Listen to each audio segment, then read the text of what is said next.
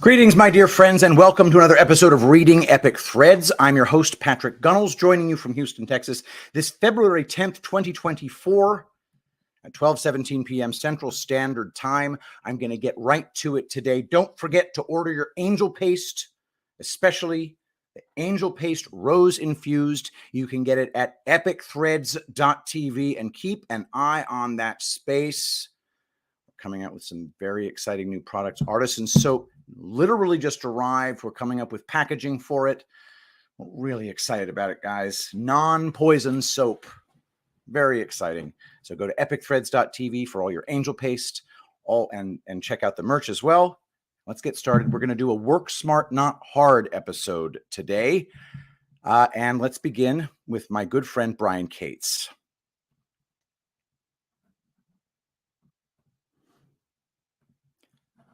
Is the entire CrowdStrike House of Cards about to collapse? Even as entire governments attempt furious damage control over Tucker Carlson's forthcoming interview with Putin, recall that Carlson still has the Julian Assange interview in his back pocket. By Brian Cates. Remember, as we are waiting for the Tucker Carlson interview with Putin 2.0 to drop, Carlson still has that interview he did months ago with Julian Assange inside Belmarsh prison in his back pocket. Tucker has held back that interview for months at this point for some mysterious reason that isn't yet apparent. Did Assange tell him something that led him to want to get the Russian president on the record first before he released the Assange interview? I have a current working theory about something Assange might have said to Carlson that led him to hold off on releasing the Belmarsh prison interview until Carlson had the chance to confirm some things with the Russian president. Think CrowdStrike report on the Russian hackers who supposedly hacked the DNC server and stole the DNC emails. Roll it around in your brain. Ponder at depth the various angles about the fake CrowdStrike report and how utterly fake it is. The CrowdStrike report was so vital to various narratives that have been constructed on top of it, using it as their foundation stone, that everything built on the report's false conclusions about Russian hackers would be in danger of collapsing like a house of cards if the truth about the DNC emails ever came out. Was this why Tucker Carlson did that exceedingly weird Christmas interview with actor Kevin Spacey, pretending to be his character from the TV series House of Cards? Brian Cates on Twitter, you're starting to understand why this extremely weird interview was conducted. Step 1, interview Julian Assange about CrowdStrike/DNC emails. Step 2, interview, quote, Frank Underwood about House of Cards. Step 3, interview Vladimir Putin about CrowdStrike DNC emails and Trump's first fake impeachment based on a fake CIA whistleblower. Step 4, House of Cards collapses, panic in D.C. What a fun election season this is turning out to be. Think, ponder, and reflect on these plot points. 1, Russian hackers didn't take the DNC emails. It was an inside job. 2, CrowdStrike was brought in to provide a cover story for how the DNC emails were actually taken. 3, the person who took the DNC emails and gave them to Julian Assange was a whistleblower. 4, this person later ended up dead under strange circumstances. 5, the bad guys in this movie had a really, and I mean this, so pay attention, really good reason to fake how these emails were stolen by an evil foreign government, i.e. Russia, when they weren't stolen by the Russians. 6, Donald J. Trump asking a casual question of newly elected Ukrainian President Volodymyr Zelensky about the current location of the DNC server in Ukraine caused every single one of these people to instantly shit themselves and frantically and ham-handedly engineer Trump's first impeachment on trumped up, pun intended, fake whistleblower complaints by CIA agent named Charamella. They cannot have any of this come out. It must not come out. If it comes out, Washington, D.C. will fall. So, Take the puzzle pieces, draw the picture, and put the puzzle together. Assange and Putin are the two people who can take down the house of cards they oh so carefully constructed to hide the truth about the DNC emails and what they directly led investigators to. Brian Cates on Twitter. Note carefully who's coming out in support of sanctioning journalists who aren't part of the approved propaganda outlets. They're being forced into the open because even as he interviews Putin, the NATO/military-industrial complex forever wars machine is quite cognizant of that Julian Assange interview that Tucker has in his back pocket. Get ready for your CrowdStrike, Eric Charamella, Sean Misko, Michael Carpenter server in Ukraine, and Seth Rich pop quiz that I've been telling my followers on social media that is coming for the past several months. Nothing can stop what is coming. Panic in DC. Have a nice day.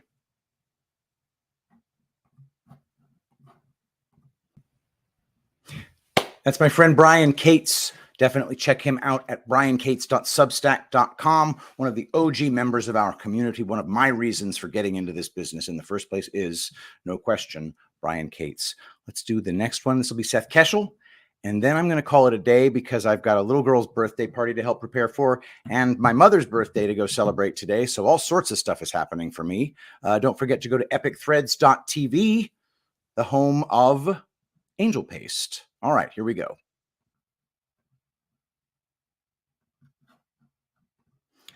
Light at the end of the tunnel of this fourth turning appears. Prediction X. Topic: Perspective by Captain Seth Keshel.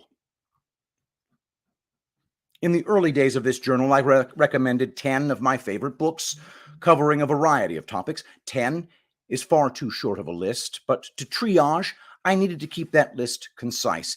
Every American should own a hard copy of each book on that list. The second book listed is The Fourth Turning, published in 1997 and authored by Neil Howe and the late William Strauss. Of note, Howe published The Fourth Turning is Here last year, which, interestingly enough, is what I'm writing about today. Yesterday, when it became clear that the U.S. Supreme Court that none of the attempts to remove President Trump's name from the ballots this year would be tolerated, the occasion marked my third dead-on prediction for 2024 in just our second month in the new year.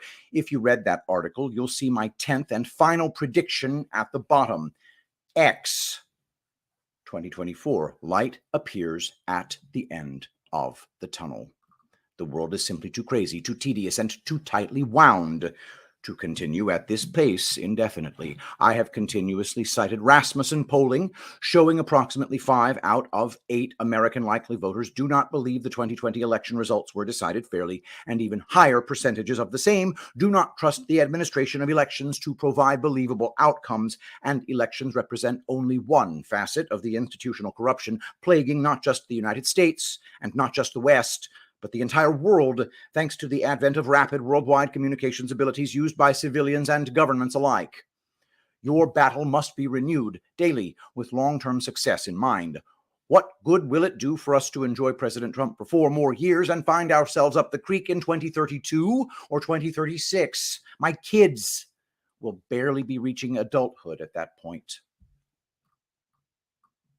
Yesterday was an incredible day for those who love freedom. President Trump, with no legitimate challenger, blew out all previously existing Nevada turnout records in the Republican caucus 2 days after Nikki Haley lost 2-1 against none of these candidates in the state-sanctioned Republican primary, which was authorized none of the state's 26 GOP delegates for the nominating contest. Tucker Carlson's barrier-breaking interview with Vladimir Putin was released, and astonishingly, Joe Biden confirmed that he is pudding-brained in a press conference that had no other purpose than to make him appear to not be pudding-brained. Times are changing. Polling, although it is often corrupted and has shortcomings even when conducted honestly, is showing a major surge for President Trump that he didn't have in 2020 polling, when he should have won re-election convincingly, if not for widespread cheating. Desperation is in the air worldwide because there may be no means to prevent him from assuming his rightful place. That doesn't mean to become complacent and attempt to coast to an electoral victory against the nearly insurmountable and contrived blue wall which is documented throughout this journal. In fact, it means the opposite. Expect the unexpected and count on the most dangerous course of action to happen. It was the release of a man-made virus in 2020 to tip the scales of public discourse and election maladministration. Now the public is awake to that and largely mocks any mention of COVID or any means of mitigation so-called health experts come up with on a weekly basis. Still, this piece is not about what surprises wait around the corner, perhaps to be unveiled any day now, especially now that the bureaucracy is apparently trying to nudge Biden off the stage while time remains. It is about why I made that 10th prediction. That light is visible at the end of the tunnel. What does light mean? Do I mean that we are setting out upon a Republican dynasty operated by actual patriots that will long outlast President Trump's tenure, or that injustice will cease and wokeism will die a brutal cultural death and be relegated to the ash heap of human history? Not at all.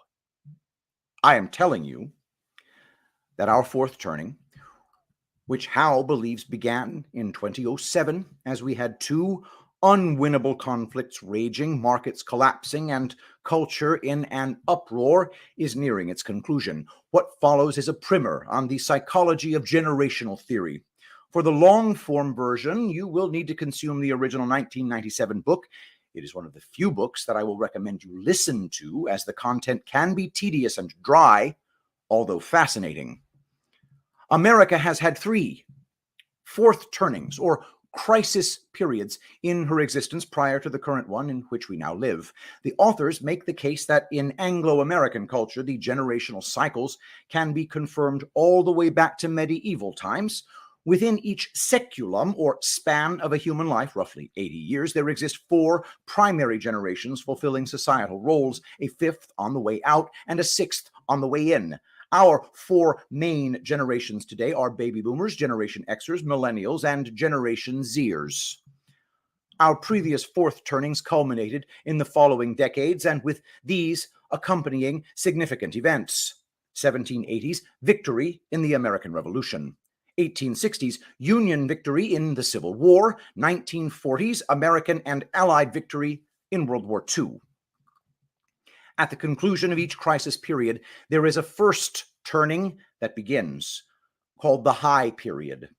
This has been a time of unity and healing. Here is where each first turning picked up after the events listed above. 1780s, establishment of the American Republic. 1860s, Reconstruction. 1940s, America emerges as world superpower. In between the high and the crisis, we have the second turning, an awakening period in which institutions are challenged, think 1960s radicals, and an unraveling period, think the epidemics and societal problems of the 1980s and 1990s, in the third turning. What decade do you find yourself in when adding 80 years to the 1940s? The 2020s. Our crisis period is nearing its climax.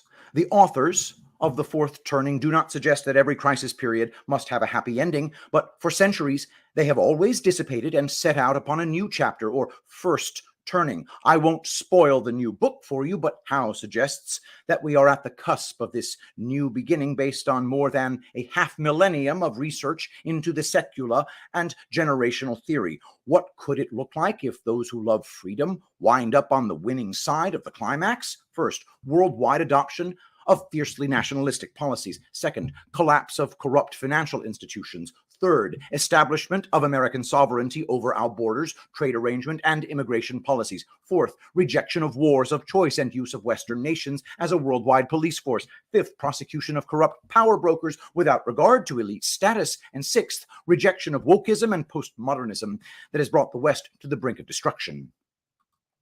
In short, a victorious people at the end of a fourth turning in the 2020s stand to see the abolition of the old order. just as those who have survived crisis periods in the past have seen the end of English rule in the former colonies and end to what had been more than 40 years of hostilities between North and South, and the defeat of the Nazi and Imperial Japanese war machines threatening every nation on Earth. History has its key figures, and most of you reading this article resoundingly back one who has dodged everything thrown at him. You may not know this yet, but you play a key role in these generations and cycles that Americans in the year 2104 will draw on for leadership lessons long after your time on Earth has concluded. The light is appearing.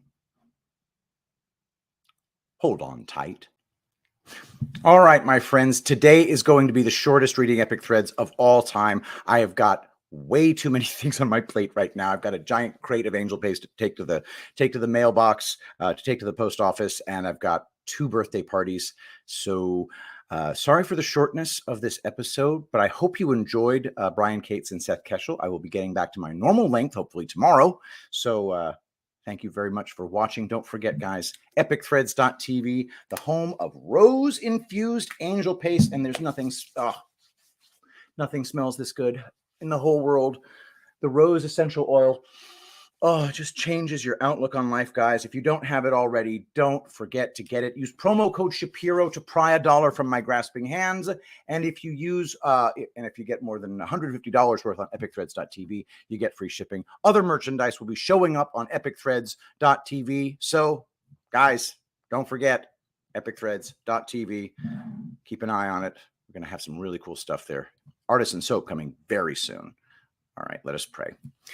Saint Michael the Archangel, defend us in battle. Be our protection against the wickedness and snares of the devil. May God rebuke him, we humbly pray. And do thou, O Prince of the heavenly host, by the power of God, cast into hell Satan and all evil spirits who prowl about the world seeking the ruin of souls. Amen.